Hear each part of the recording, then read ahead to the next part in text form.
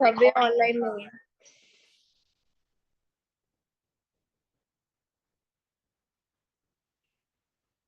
Chapter 6A is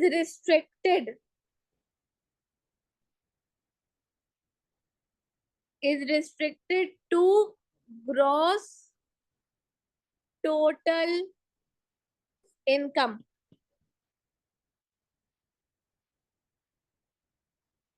and deduction cannot be carried forward.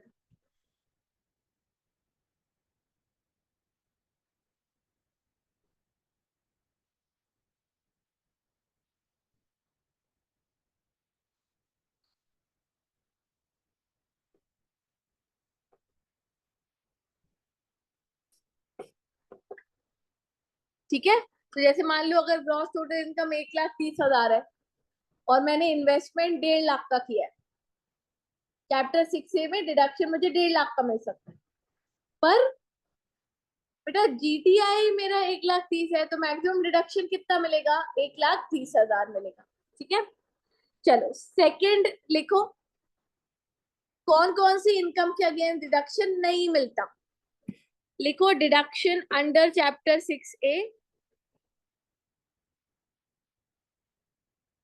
Under chapter 6A is not allowed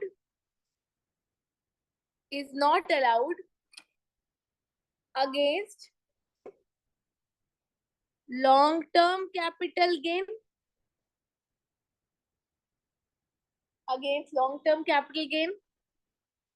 long term capital gain 112A,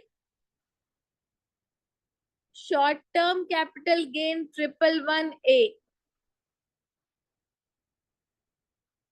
और special rate of tax income. जिन income पे special rate लगता है, special rate जैसे कि winning पे लगता है और बिटकॉइंस में, हाँ, और डीम्ड इनकम। ठीक है, लाइक विनिंग, डीम्ड इनकम।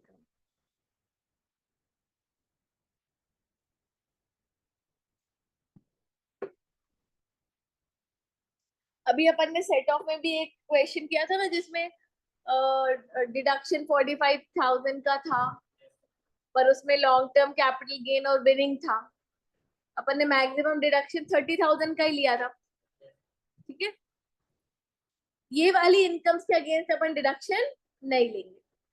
जब डिडक्शन माइनस करेंगे तो ग्रॉस टोटल इनकम में से ये माइनस करके फिर देखना ग्रॉस टोटल इनकम कितनी है, और उतना ही मैक्सिमम क्या ले सकते हैं अपन, डिडक्शन ले सकते हैं।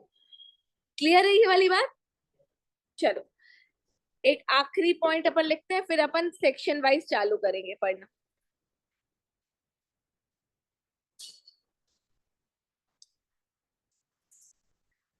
फिर से लिखो deduction under chapter 6A,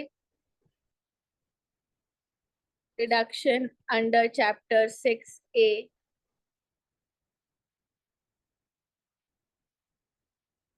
not allowed if assessee opted 115 BAC। Default tax regime में आपको डिडक्शन अलाउड नहीं होंगे सिवाय 3 के, एक्सेप्ट 80CCD2। अब ये क्या है, ये तो अपन को बाद में, अभी अपन एक एक करके रीड करेंगे तो पता चल जाएगा। 80CCH2 and 80JJAA, double J double A। ये 3 का डिडक्शन मिल जाएगा अगर डिफॉल्ट टैक्स रिजीम में। इसके अलावा कोई भी सेक्शन का डिडक्शन डिफॉल्ट टैक्स रिजीम में नहीं मिलता है। ठीक है, तो जितने भी अपन डिडक्शन पढ़ेंगे मैक्सिमम वो सब नॉर्मल टैक्स रिजीम के लिए पढ़ रहे हैं अपन। ठीक है,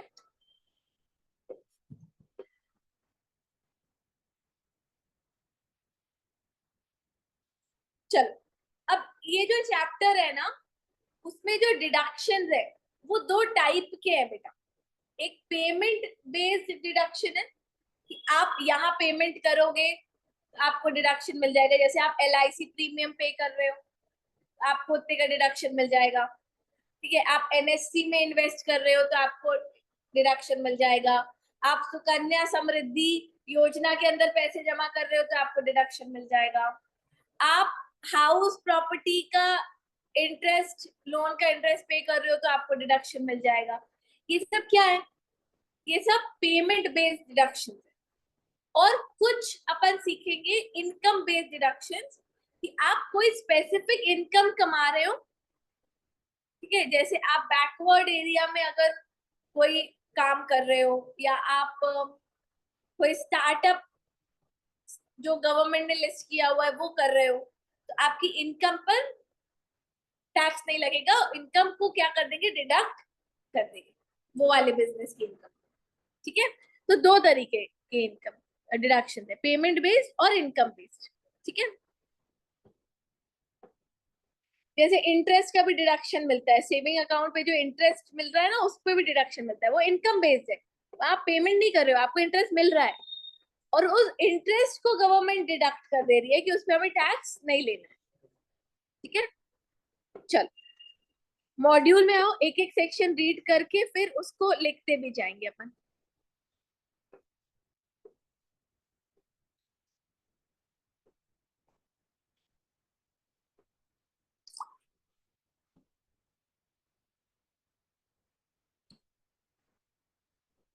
मॉड्यूल 2 का चैप्टर 6।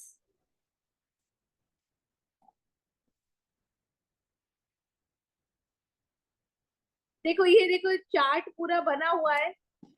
अभी अपन को इतना समझ में आएगा नहीं है ना, तुम लोग अपने मॉड्यूल से देखना, यहाँ टेढ़ा दिखेगा।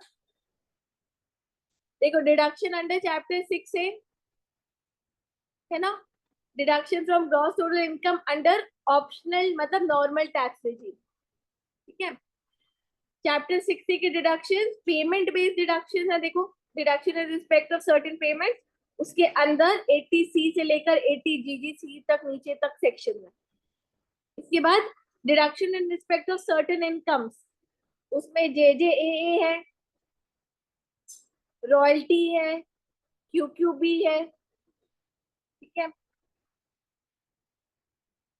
Deduction in respect of other incomes में इंटरेस्ट से रिलेटेड बात होगी। देखो TTA interest on saving account, TTB interest on saving account senior citizen के लिए, और ATU अदर डिडक्शंस के अंदर आता है। ठीक है, अदर डिडक्शन मतलब वो पेमेंट बेस्ड डिडक्शन भी नहीं है, वो सिवियर डिसेबिलिटी के लिए डिडक्शन मिलता है। ठीक है, और एक 10A का 10A का डिडक्शन है, वो अलग ही है, वो चैप्टर 6A का डिडक्शन नहीं है। ठीक है,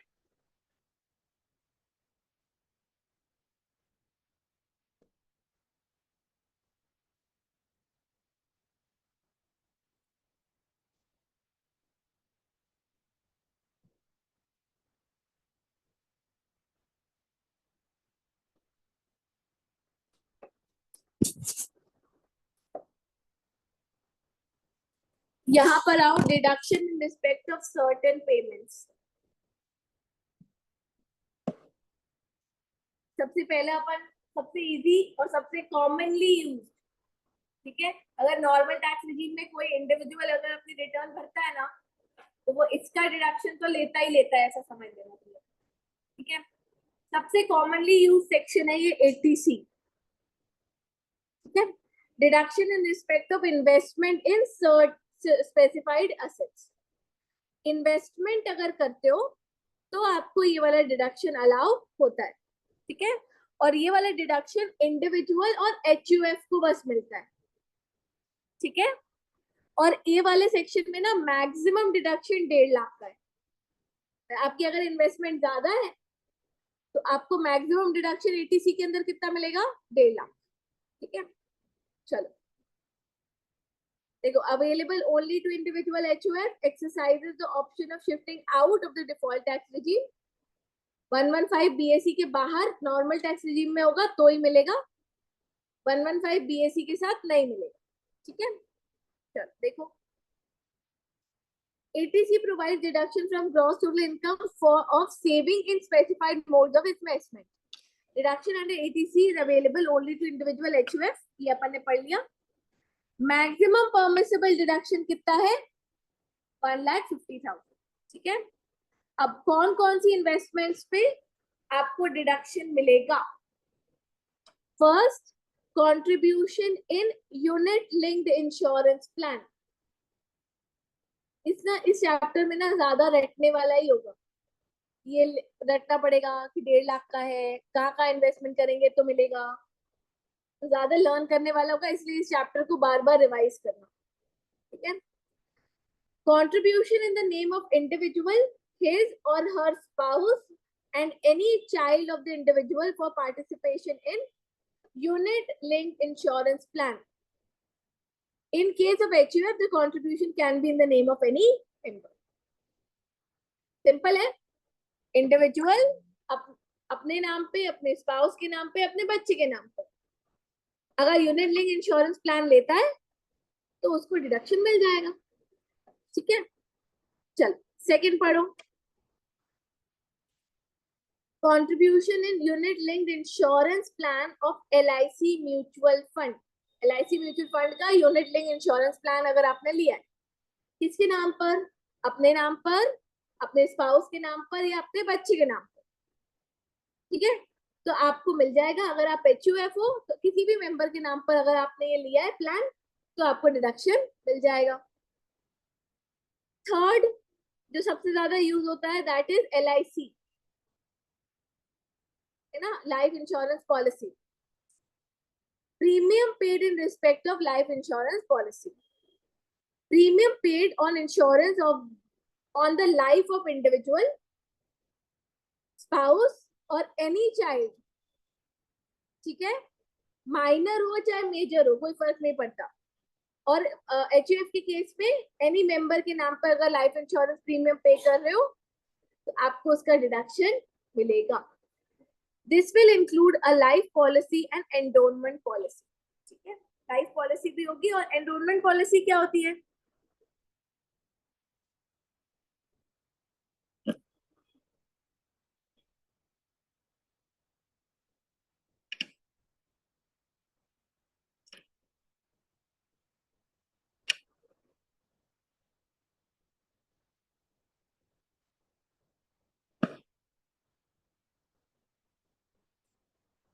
लोग को बता रहे,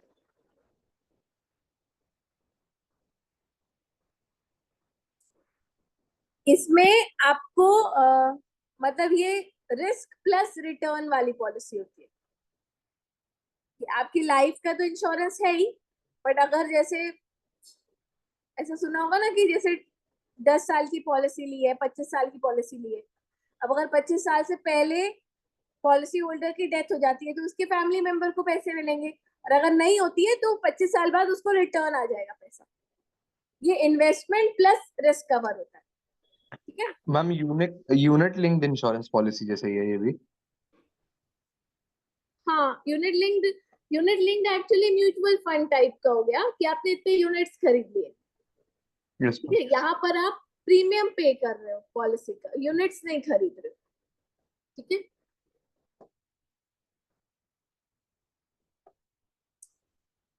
प्रीमियम पेड ये तो पढ़ लिया। Following is a tabular summary, ठीक है देख लेते हैं। चलो, अब इस टैबुलर समरी में बेटा क्या दिया हुआ है समझो, कि आपको प्रीमियम अगर आप पे कर रहे हो तो मैक्सिमम कितना आप डिडक्शन ले सकते हो।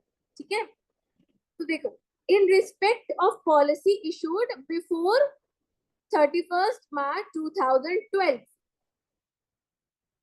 ठीक है, प्रीमियम पेड का आप डिडक्शन ले सकते हो but to the extent of 20% of actual capital sum assured. मतलब जो sum assured है उसका 20% मैक्सिमम, तो प्रीमियम और 20% of sum assured, whichever is less, का अपन क्या ले लेंगे, डिडक्शन. अगर पॉलिसी इशूड है ऑन और आफ्टर 1/4/2012 बट बिफोर 1/4/2013, ठीक है.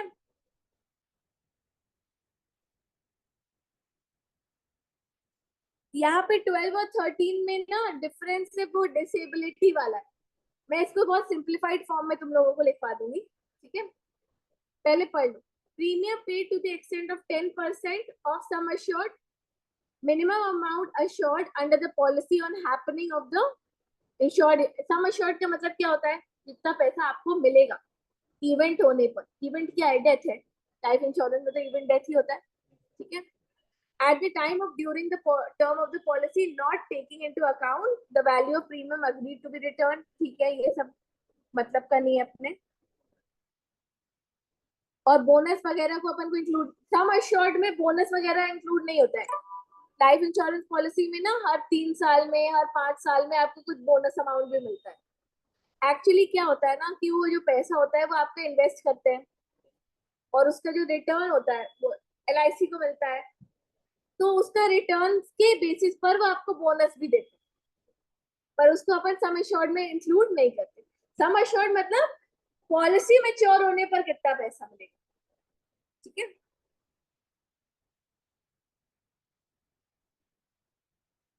देखो बहुत सिंपल तरीके से बता देती हूँ. अगर पॉलिसी इशूड ऑन और आफ्टर 1/4/2013 है और वो पर्सन विद डिसेबिलिटी के लिए है, तो 15% और प्रीमियम whichever इज लेस का डिडक्शन मिलता है, वरना 10% और प्रीमियम whichever इज लेस का डिडक्शन मिलता है. बात समझ में आई, ठीक है. इसको ओवरऑल एक बार फिर से समझो. अगर पॉलिसी 31 मार्च 2012 के पहले की है, मतलब 1/4/2012 के पहले की है, तो प्रीमियम और 20% of sum assured whichever is less. अगर 1/4/2012 के बाद की है, ठीक है, तो प्रीमियम और 10% whichever is less. पर अगर 1/4/2013 के बाद की है और डिसेबल्ड पर्सन के लिए, तो प्रीमियम और 15% whichever is less, ठीक है. इसी को अपन लिख लेंगे.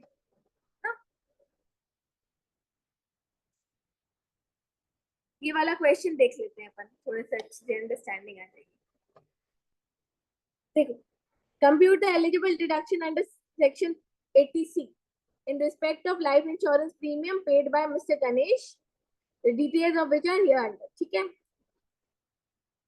उसने बेटा 30 मार्च 2012 को सेल्फ के लिए लिया था. प्रीमियम 48,000 पे कर रहा है, 8 लाख सम assured है. 1/5/2018 को स्पाउस के लिए लिया था, 20,000 प्रीमियम पे कर रहा है, सम assured 1.5 लाख है. और हैंडीकैप्ड पर्सन जो कि 80U वाली डिसेबिलिटी है, 80U सेक्शन है जिसमें डिसेबिलिटी की लिस्ट है, ठीक है. 80,000 प्रीमियम पे कर रहा है, 4 लाख सम assured है. कैलकुलेटर पे कैलकुलेट करके बताओ कि कितना डिडक्शन मिलेगा.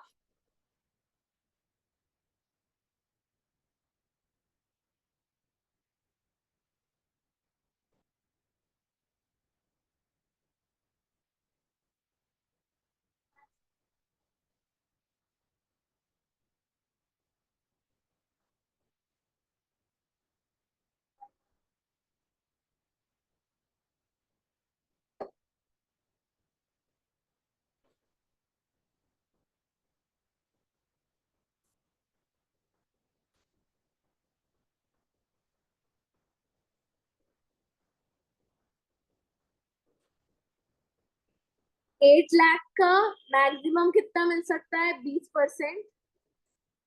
8 लाख का 20% कितना होता है, 1,60,000. पर उसने जो 48 पे किया है तो 48 का मिल जाएगा। Yes ma'am. फिर 1/4/2012 के बाद की पॉलिसी है स्पाउस के लिए, मैक्सिमम कितना मिल सकता है 10%, तो 1,50,000 का 10% 15,000 ही मिलेगा। और हैंडीकैप्ड सन है तो 4 लाख का 15%, 15% कितना होता है 60,000, 60,000 मिल जाएगा। समझ में आया? और अगर गणेश डिफॉल्ट टैक्स रिजीम में पे करे तो कुछ भी नहीं मिलेगा, डिडक्शन मिलेगा ही नहीं। ठीक है, फोर्थ पॉइंट देखो, premium paid in respect of contract of deferred annuity. Deferred annuity मतलब कुछ सालों बाद एनुअली पैसा मिलेगा। ठीक है, premium paid to affect and keep in force a contract for deferred annuity on the life of the individual or his spouse or any child, provided such contract does not contain any provision for the exercise by the insured of an option to receive cash payment in lieu of the payment of annuity। मतलब annually ही पैसा मिलेगा, आप lump sum में नहीं ले सकते हो ना। ऐसा होता है, बहुत सारी पॉलिसीज ऐसी होती है कि जैसे अभी प्रीमियम भर दो कुछ सालों तक और फिर एक एज के बाद आपको एनुअली इतना इतना पैसा मिलने लगेगा, वो डेफर्ड एनुअटी होता है। ठीक है,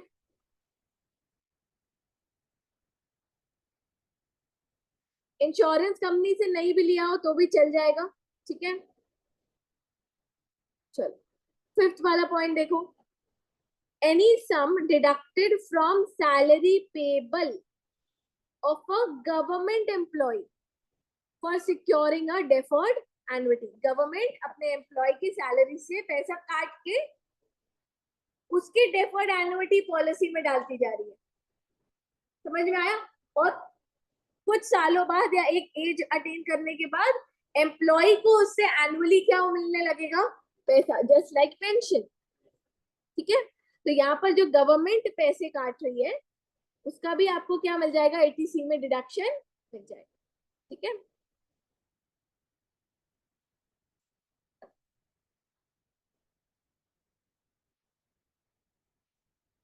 चलो इसके बाद देखो, contribution to SPF, PPF and RPF.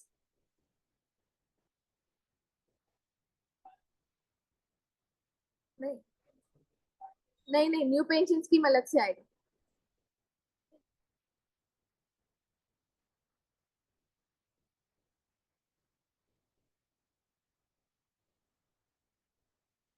अच्छा एक बार इसको रीड कर ही लो, फिफ्थ वाले पॉइंट। ठीक है, amount deducted by or on behalf of government from salary of the government employee in accordance with the condition of his service for securing a deferred annuity or making provision for his spouse or children. Excess, if any, over 1/5 of the salary is to be ignored।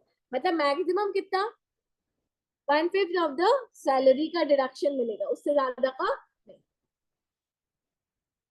बढ़े आगे, SPF, PPF और RPF का मतलब बताओ, पढ़ा था ना? बताओ। मैम आरपीएफ का रिकॉग्नाइज्ड प्रोविडेंट फंड हो जाएगा। Provident fund, SPF statutory provident fund और पीपीएफ पब्लिक प्रोविडेंट फंड। ठीक है, इसमें क्या होता है कि पीपीएफ में आप खुद जमा करते हो, पीपीएफ में आप अपना पीपीएफ अकाउंट खुद ही खोल लेते हो, और एसपीएफ और आरपीएफ एम्प्लॉय की तरफ से, एम्प्लॉयर की तरफ से खोला जाता है। या आप जहाँ जॉब कर रहे हो वहां पर आपके प्रोविडेंट फंड का पैसा सैलरी से वो डिडक्ट कर ले रहा है और वो आपके पीएफ अकाउंट में जमा करते जा रहा है। ठीक है, उसमें एम्प्लॉयर का कंट्रीब्यूशन और एम्प्लॉय का कंट्रीब्यूशन दोनों होता है। आप एम्प्लॉय की सैलरी से डिडक्ट करता है और उतना ही सेम कंट्रीब्यूशन एम्प्लॉयर अपनी जेब से ऐड करके टोटल पीएफ अकाउंट में जमा कर देता है। ठीक है, तो contribution to any provident fund applies and recognized provident fund qualified for deduction under section 80C। contribution made to any provident fund set up by central government and notified in this behalf, that is the public provident fund established under, ठीक है, act का नाम याद रखने की जरूरत नहीं है, also qualifies for deduction under section 80C. Such contribution can be made in the name of individual, spouse or any child of the individual and any member of the family in case of HUF. Maximum limit of deposit in PPF is 1,50,000 in a year. इतना maximum deposit कर सकते हो PPF. Clear है क्या? Simple सा point है.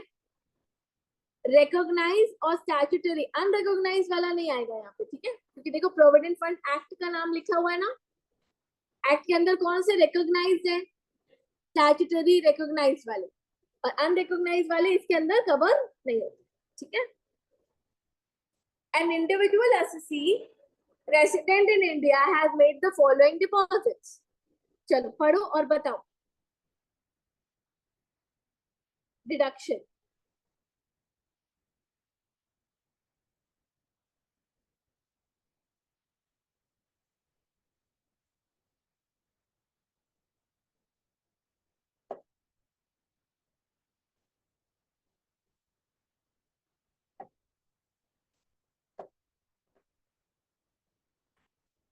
क्या हुआ? कैलकुलेट करो.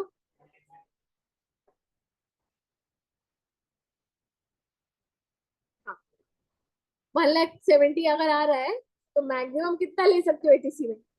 1,50,000. देखो, प्रोविडेंट फंड में 1,50,000 डिपॉजिट किया, उसका डिडक्शन मिल जाएगा. 2 लाख सम एश्योर्ड पॉलिसी है स्पाउस के नाम पे, तो 2 लाख का कितने परसेंट? 10%, तो 20,000 का डिडक्शन मिल जाएगा 1,70,000. पर मैक्सिमम कितना मिल सकता है? जैसे अपन ने ऊपर प्रोविडेंट फंड का पढ़ा, वैसे ही सुपर एनुएशन फंड भी याद है अपन ने पढ़ा था. सुपर एनुएशन फंड में भी जो एम्प्लॉय का कॉन्ट्रीब्यूशन, यहाँ पर एम्प्लॉयर के कॉन्ट्रीब्यूशन की बात नहीं हो रही है, ऊपर भी और यहाँ पर भी एम्प्लॉय के कॉन्ट्रीब्यूशन की बात हो रही है, एम्प्लॉयर के नहीं. एम्प्लॉयर का जो कॉन्ट्रीब्यूशन होता है वो तो अपन ने वहां पढ़ा था पीजीपीपी में, ठीक है, कि एम्प्लॉयर जो कॉन्ट्रीब्यूशन कर रहा है वो एम्प्लॉयर के लिए क्या है? खर्चा. तो वो खर्चे में डिडक्शन लेता है अपना पीजीबीपी इनकम में. यहाँ पर एम्प्लॉय जो कंट्रीब्यूट कर रहा है वो अपनी इनकम से डिडक्ट कर रहा है, अपनी ग्रॉस टोटल इनकम से क्या कर रहा है? डिडक्ट कर रहा है.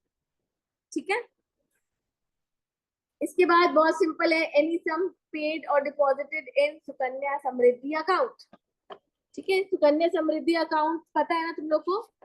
तो मतलब किसी की भी अगर गर्ल चाइल्ड है तो वो अपने बच्ची के नाम पर क्या कर सकता है? ये अकाउंट खोल सकता है. कुछ अमाउंट होता है और फिर कुछ, जब बेटी किसी साल की 18 साल की हो जाती है तो फिर कुछ अमाउंट वो पे कर देते हैं, तो उसमें रिटर्न थोड़ा सा ज्यादा होता है. Subscription to any such security by central government or any such deposit scheme as the central government may notify. ठीक है. तो जो भी स्कीम गवर्नमेंट ने निकाली हुई है, और गवर्नमेंट ने कौन सी स्कीम निकाली हुई है? सुकन्या समृद्धि स्कीम निकाली हुई है. ठीक है. देखो, किसके नाम पर इंडिविजुअल करेगा ये स्कीम में deposit? Any girl child of the individual और any girl child for whom such individual is the legal guardian. ठीक है. would be eligible for ATC deduction.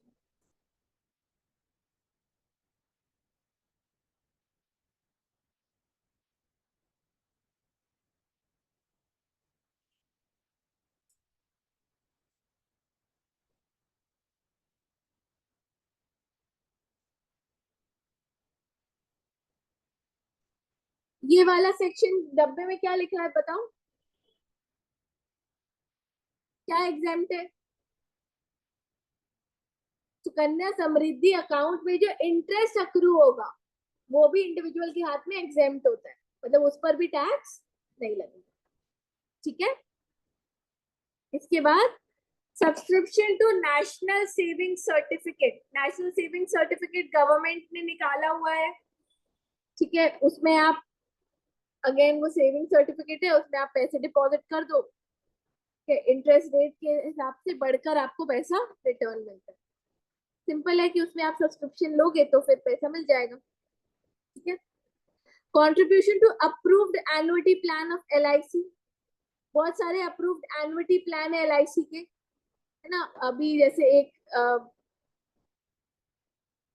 Scheme का नाम याद नहीं है मुझे, पर वो सीनियर सिटीजन्स के लिए था कि उसमें जैसे मान लो 10 लाख आप जमा करते हो तो हर महीने आपको 2,000 या 3,000 रुपए मिलेंगे, या हर क्वार्टर में आपको 3,000 रुपए मिलेंगे, ऐसा कुछ था, ठीक है।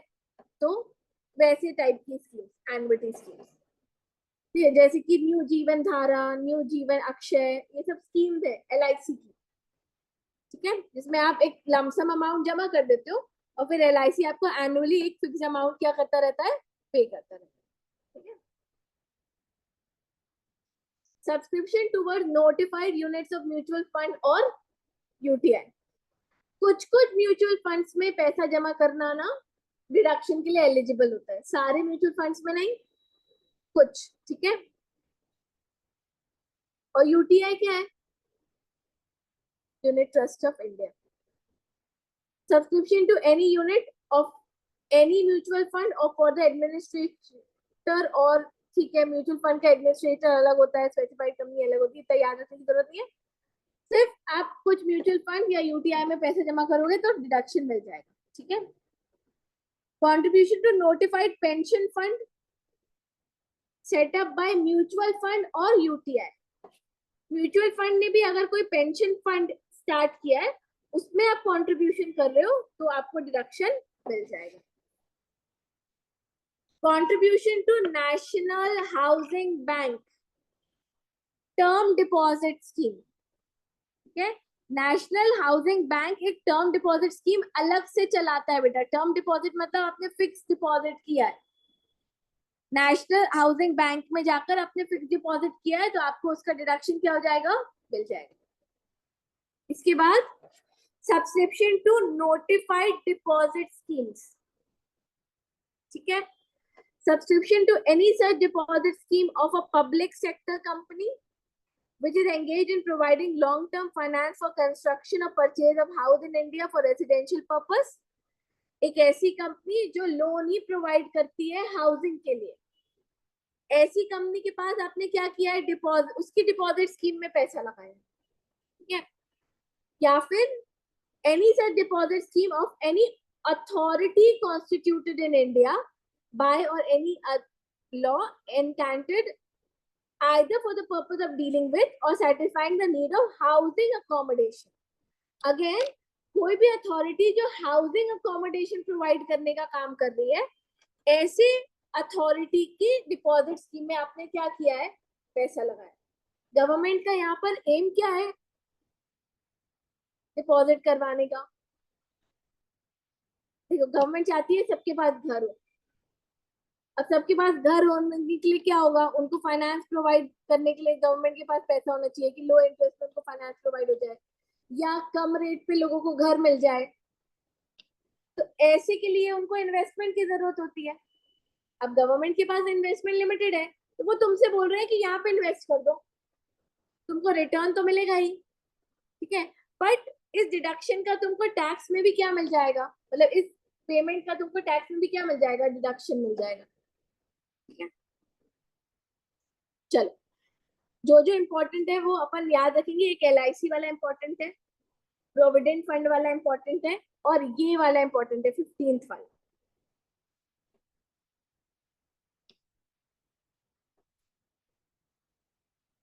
ऐसे ATC में बेटा बहुत पॉइंट्स है, सब याद नहीं रख सकते हैं अपन, ठीक है। तो LIC की लिमिट्स भी याद रखनी पड़ेंगी, 10, 15 और 20 वाली। फिर प्रोविडेंट PPF, एनुएशन, सुपर एनुएशन फंड, और फिर ये दो बच्चों वाला क्या है, ये payment of tuition fee to any university, college, school or other educational institution within India for full-time education for maximum 2 children. School fees तुम लोगों ने कभी रिसिप्ट देखी होगी अपने स्कूल फीस की, तो वो ना फीस अलग अलग पार्ट्स में बटी हुई होती थी। उसमें से ट्यूशन फीस होती थी, कंप्यूटर लैब फीस होती थी, स्विमिंग पूल है स्कूल में तो स्विमिंग पूल फीस होती थी, मेंटेनेंस एक्स्ट्रा की फीस होती थी। क्या? एक्स्ट्रा करिकुलर एक्टिविटीज की भी फीस अलग एक्स्ट्रा से लगती करिकुलर, हाँ।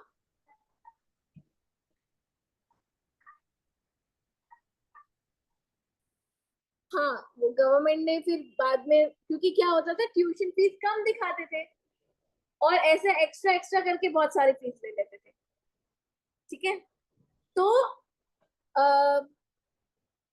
ट्यूशन फीस जो आप पे कर रहे हो ना, तो बच्चों के लिए, और वो भी रिकॉग्नाइज, मतलब फुल टाइम एजुकेशन के लिए, पार्ट टाइम वाली नहीं। अब जैसे कोचिंग कर रहे हो उसका कुछ नहीं है।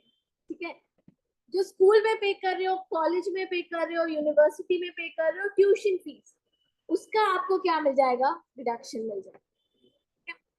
तो payment of tuition fees by an individual SC at the time of admission या thereafter to an university, college, school या कोई भी other educational institution within India for the purpose of full time education of any two children of the individual. ठीक है, this benefit is only for the amount of tuition fees. बाकी जो extra amount अपन पे करते थे school में, उसका अपन को डिडक्शन नहीं मिलेगा। ठीक है, and shall not include any payment toward development fees, donation etcetera etcetera. समझ में आया? ठीक है,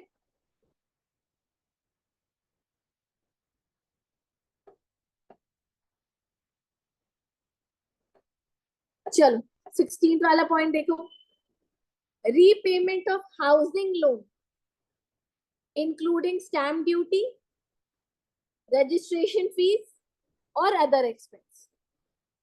Okay, any payment made towards the cost of purchase or construction of the new residential house property, the income from such property should be chargeable to tax under the head income from house property, would have been chargeable to tax under the head income from house property had it not been used for the ASSI's own। मतलब या तो house property कब लगता है, वैसे house property का head कब लगता है? चार्जिंग सेक्शन क्या था? Ma'am, uh, there should be a house property and assessee should be the owner of such house बस, property. There should be the house property और अस्सी शुड बी द ओनर। ठीक है, तो ये 2 पॉइंट्स याद नहीं करने हैं, ये बस याद रखना है कि हाउस प्रॉपर्टी है और आप ओनर हो तो हाउस प्रॉपर्टी लग गई ना। अब अगर आप रेसिडेंशियल हाउस प्रॉपर्टी हो तो वो नील आएगा, अगर लेट आउट प्रॉपर्टी है तो इनकम आएगी। समझ में आया? ठीक है, approved type of payments are as follows. कौन कौन सी पेमेंट्स का डिडक्शन मिलेगा? बहुत बड़ी लिस्ट है, सब कुछ याद नहीं रखना। इंस्टॉलमेंट और जो पेमेंट आप कर रहे हो, ठीक है, due under any self financing और other schemes of any development authority. आपने लोन लिया है हाउस के लिए, उसका रिपेमेंट कर रहे हो, उसका डिडक्शन मिल जाएगा। समझ में आया? आपने कोई डेवलपमेंट अथॉरिटी से पैसा लिया है, उसका डिडक्शन मिल जाएगा। जो आप प्रिंसिपल अमाउंट पे कर रहे हो ना, उसकी बात कर रहे हैं यहाँ पर। ठीक है, कोई कंपनी या कोऑपरेटिव सोसाइटी से आपने उधार लिया है, उसका आप इंस्टॉलमेंट पे कर रहे हो। ठीक है, या आपने मान लो उधार पर ही घर लिया और आप इंस्टॉलमेंट में धीरे धीरे पे कर रहे हो, उसका आपको डिडक्शन मिल जाएगा। ठीक है, आपने bank, LIC, national housing bank, public company, किसी से भी आपने लोन लिया है, उसका आप रीपेमेंट कर रहे हो, आपको डिडक्शन मिल जाएगा। ठीक है, और जो स्टैम्प ड्यूटी, रजिस्ट्रेशन फी और other expense for the purpose of transfer of such house property जो आपने पे किया है, उसका भी आपको डिडक्शन मिल जाएगा। पर दिक्कत यहाँ पर ये होती है कि स्टैम्प ड्यूटी बहुत ज्यादा होती है और यहाँ पर मैक्सिमम डिडक्शन ही 1.5 लाख का है ना, तो इतना कोई ज्यादा फायदा मिलता नहीं है। 1.5 लाख तक का अगर ऐसे मान लो LIC वगैरह कुछ नहीं है और सिर्फ रीपेमेंट करा है आपने लोन का या स्टैम्प ड्यूटी पे करी है, तब 1.5 लाख तक का क्या ले सकते हो? डिडक्शन ले सकते हो। इन एडमिसिबल पेमेंट्स कौन कौन सी है जिनका डिडक्शन नहीं मिलेगा? एडमिशन फीस, कोऑपरेटिव सोसाइटी में एंटर होने के लिए जो एडमिशन फीस लगी, आप कोऑपरेटिव सोसाइटी का घर ले रहे हो, हाउसिंग सोसाइटी होती है कि जैसे वो गोकुलधाम सोसाइटी में नहीं दिखाती कि सोसाइटी बनी हुई है, ठीक है, तो सोसाइटी का पूरा सिस्टम चलता है, तो कोऑपरेटिव सोसाइटी है, घर सोसाइटी के नाम पर होते हैं, आपको सोसाइटी का मेंबर बनना पड़ता है घर परचेज करने। जो एडमिशन फीस लग रही है उसका, कॉस्ट ऑफ शेयर्स उसका, initial deposits which a shareholder of the company or a member of the cooperative society has to pay for becoming the shareholder or a member, वो पैसा आपको डिडक्शन में नहीं मिलता, ठीक है। इसके बाद addition, alteration, renovation, repair of the house property after the issue of completion certificate, आपने जो भी करवाया है घर में उसमें जो खर्चा हुआ है उसके लिए अगर आपने लोन लिया, उसका रीपेमेंट कर रहे हो, उसका भी डिडक्शन नहीं मिलेगा, ठीक है। मतलब न्यू हाउस प्रॉपर्टी खरीदने का जो लोन है उसका रीपेमेंट का डिडक्शन मिलेगा, उसके बाद एडिशन, रेनोवेशन करवाने का जो है वो डिडक्शन नहीं मिलेगा, ठीक है। और expenditure in respect of which deduction is allowable under section 24 के अंदर किसका डिडक्शन मिल गया था? मैम और 30 स्टैंडर्ड डिडक्शन लोन। इंटरेस्ट, तो यहाँ पे इंटरेस्ट और लोन की बात कर रहे हैं, ठीक है।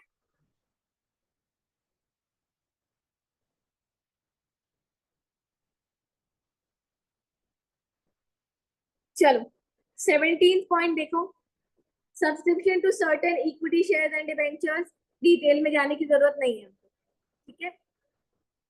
Subscription to certain units of mutual fund, ये भी अपन ऊपर देख चुके हैं, इसमें भी डिटेल में जाने की हमको जरूरत नहीं है बेटा।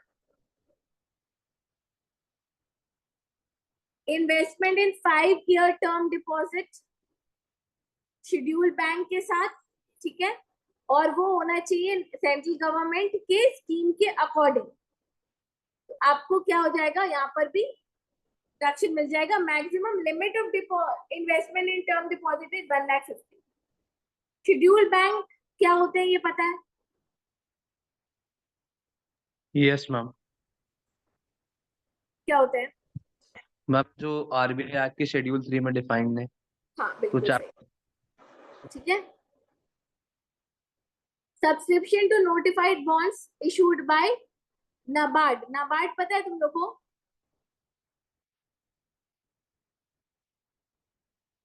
एग्रीकल्चर के लिए ना, इतना याद रखना है, एग्रीकल्चर के लिए अलग से बैंक बना हुआ, ठीक है, अलग से एक अथॉरिटी बनी हुई, तो वो जो बॉन्ड्स इशू करेगी वो खरीद लिए तो उसका डिडक्शन मिल जाएगा। 5-year post office time deposit ले लिया तो उसका डिडक्शन मिल जाएगा। पोस्ट ऑफिस के पास 5 year का टर्म डिपॉजिट या 5 साल तक वो पैसा विड्रॉ नहीं कर सकते, ठीक है। फिर सीनियर सिटीजन सेविंग स्कीम में पैसा डिपॉजिट किया तो उसमें मिल जाएगा। Contribution to additional account under NPS, national pension scheme, ठीक है।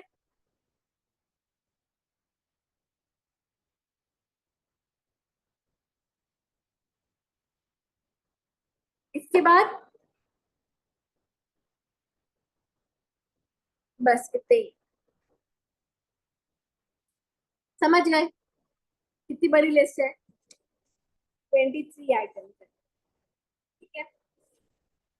मैं तुम लोगों को सिर्फ 16 आइटम्स लिखवा दूंगी, पूरे 23 अपन को याद नहीं रखने, और 16 में से भी जो जो इम्पोर्टेंट है वो अलग से हाईलाइट कर लेंगे, ठीक है। चलो कल इसको लिखते हैं।